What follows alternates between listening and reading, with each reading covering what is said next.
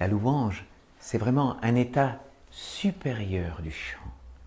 Ça nous permet par la louange de nous relier au monde divin. C'est-à-dire que l'Essénien ne cherche pas à se relier au monde spirituel, qui sont ce qu'on appelle aussi les mondes intermédiaires, qui sont les mondes invisibles directement. C'est-à-dire lorsque nous sortons de notre corps, nous savons que nous allons dans des mondes invisibles à nos yeux, mais visibles à nos yeux subtils.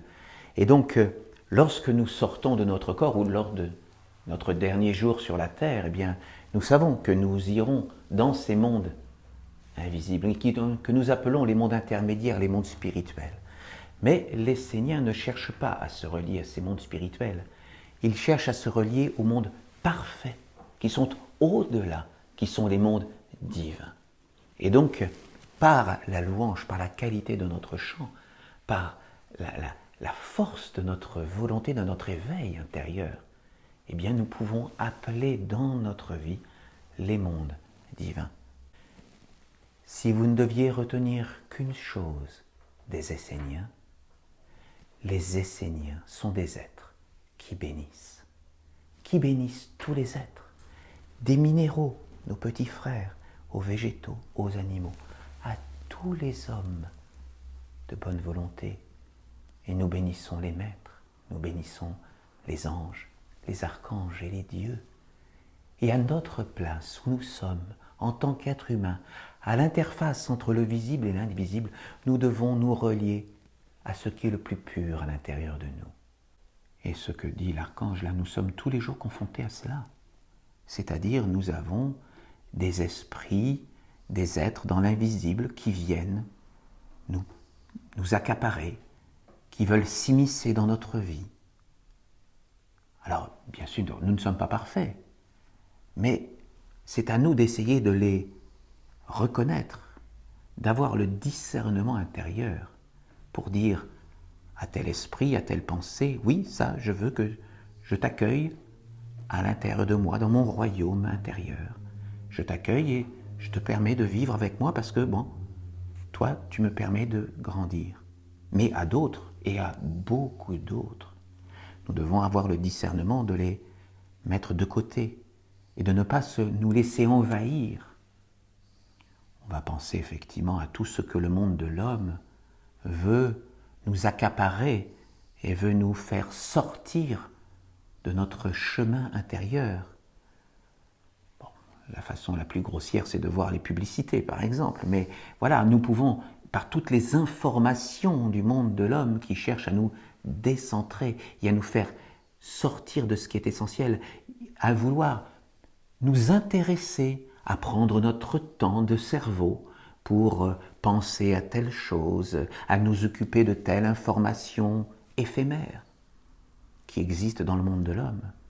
Alors, bien sûr, nous devons vivre avec nos frères humains et nous devons participer au monde de l'homme, nous devons être ancrés dans le monde de la matière. Mais nous ne devons jamais oublier que nous devons travailler sur nous pour nous relier chaque jour, si possible, au plus pur de nous-mêmes, à notre âme éternelle.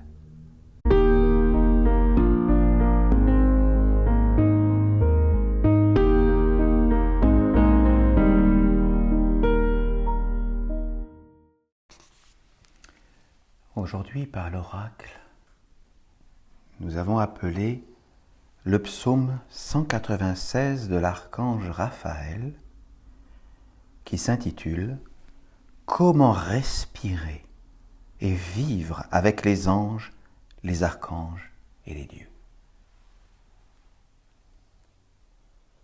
L'archange nous dit « Lorsque je regarde l'humanité,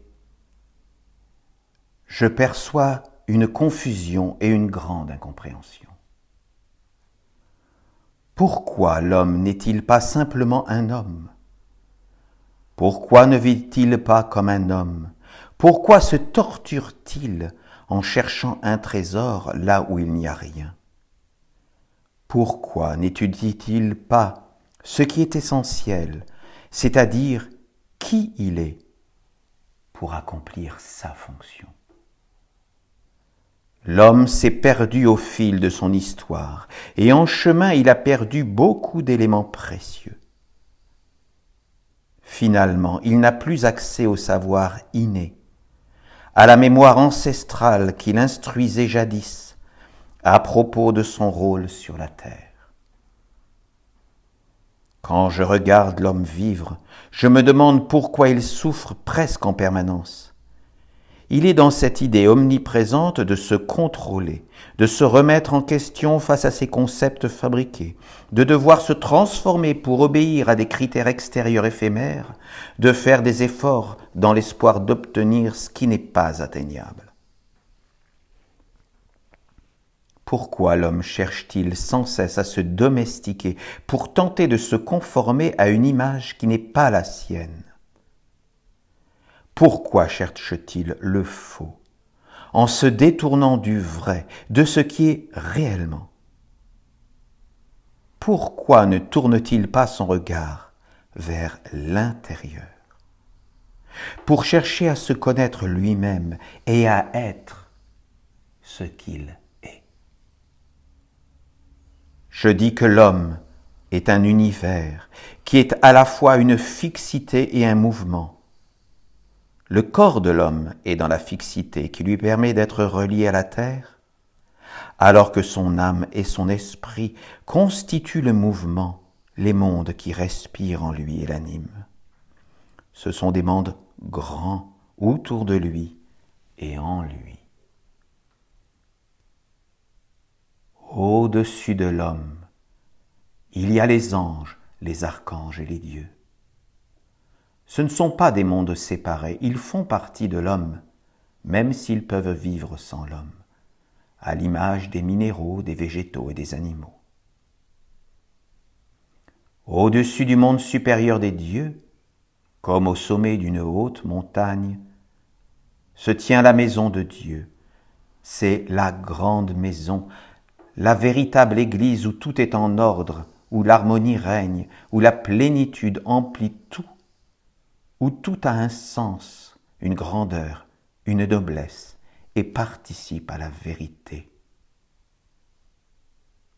Dans sa partie fixe, l'homme porte en lui la semence de l'univers, la maison de Dieu.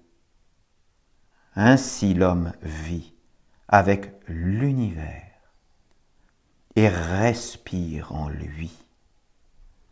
Mais c'est la terre qui le fixe et fait apparaître le corps, c'est-à-dire la terre en évolution qui s'approche de Dieu.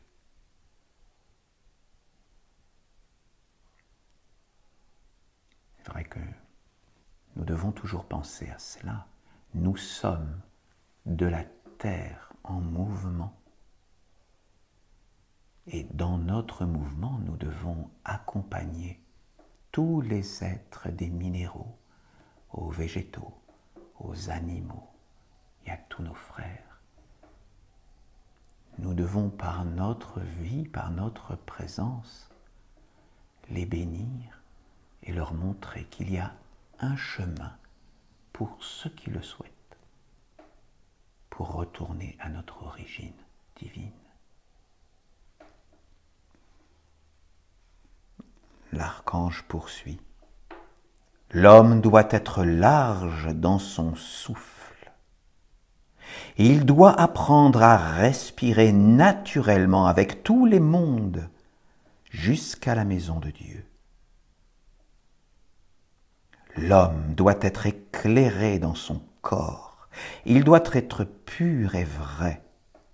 Dans sa respiration, il doit voyager dans les mondes des anges, des archanges et des dieux, afin de porter tous les enseignements, les influences, les trésors, jusque dans son corps.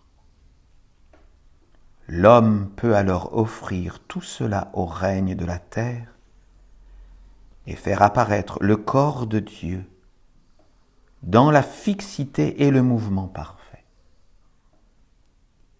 Mais il y a toujours de l'homme une eau magique et spirituelle qui cherche à accaparer son mouvement pour vivre et respirer à travers lui. Cette eau peuplé d'êtres et d'intelligences subtiles, cherche également à s'emparer de sa fixité, de son corps, afin de mettre ses semences au monde et de gouverner les règnes de la terre. Pour cela, ces êtres séduisent l'homme, le détournant ainsi de son but et de son être véritable. Et ce que dit l'archange là, nous sommes tous les jours confrontés à cela. C'est-à-dire, nous avons des esprits, des êtres dans l'invisible qui viennent nous accaparer, qui veulent s'immiscer dans notre vie. Alors, bien sûr, nous ne sommes pas parfaits, mais c'est à nous d'essayer de les reconnaître, d'avoir le discernement intérieur pour dire à tel esprit, à telle pensée, oui, ça, je veux que je t'accueille à l'intérieur de moi, dans mon royaume intérieur. Je t'accueille et je te permets de vivre avec moi parce que, bon, toi, tu me permets de grandir. Mais à d'autres, et à beaucoup d'autres, nous devons avoir le discernement de les mettre de côté et de ne pas nous laisser envahir. On va penser effectivement à tout ce que le monde de l'homme veut nous accaparer et veut nous faire sortir de notre chemin intérieur.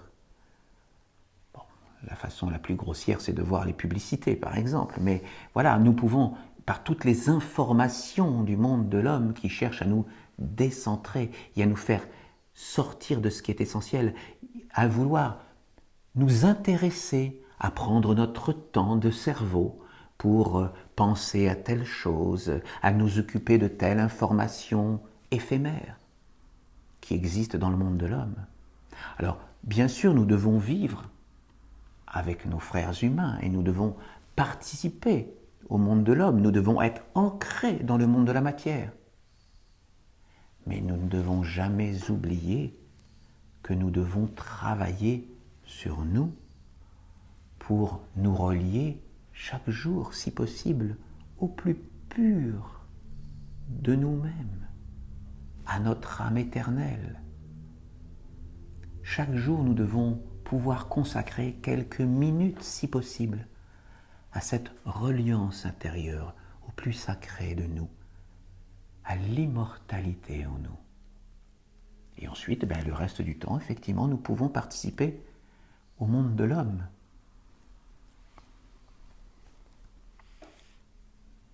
L'archange poursuit.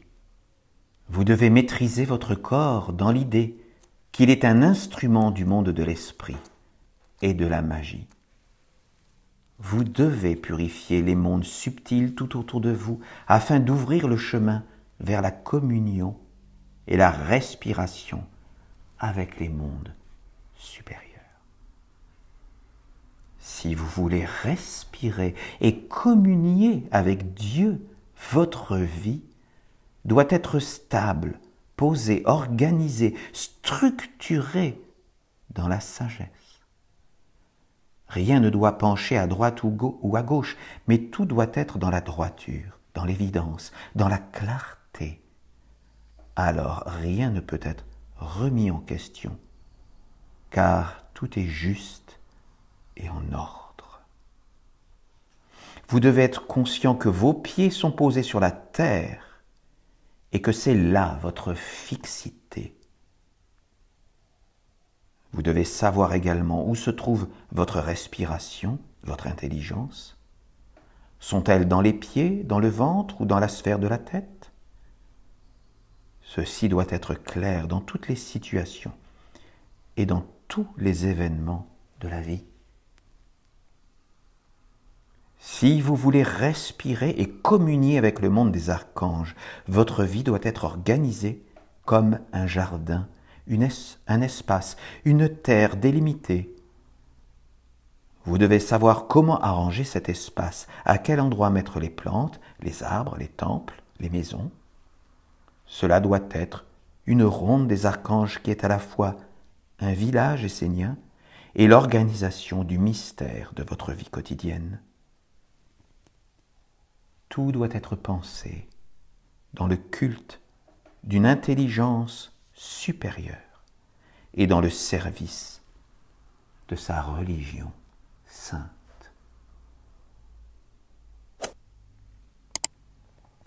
Je vous invite à méditer ces paroles.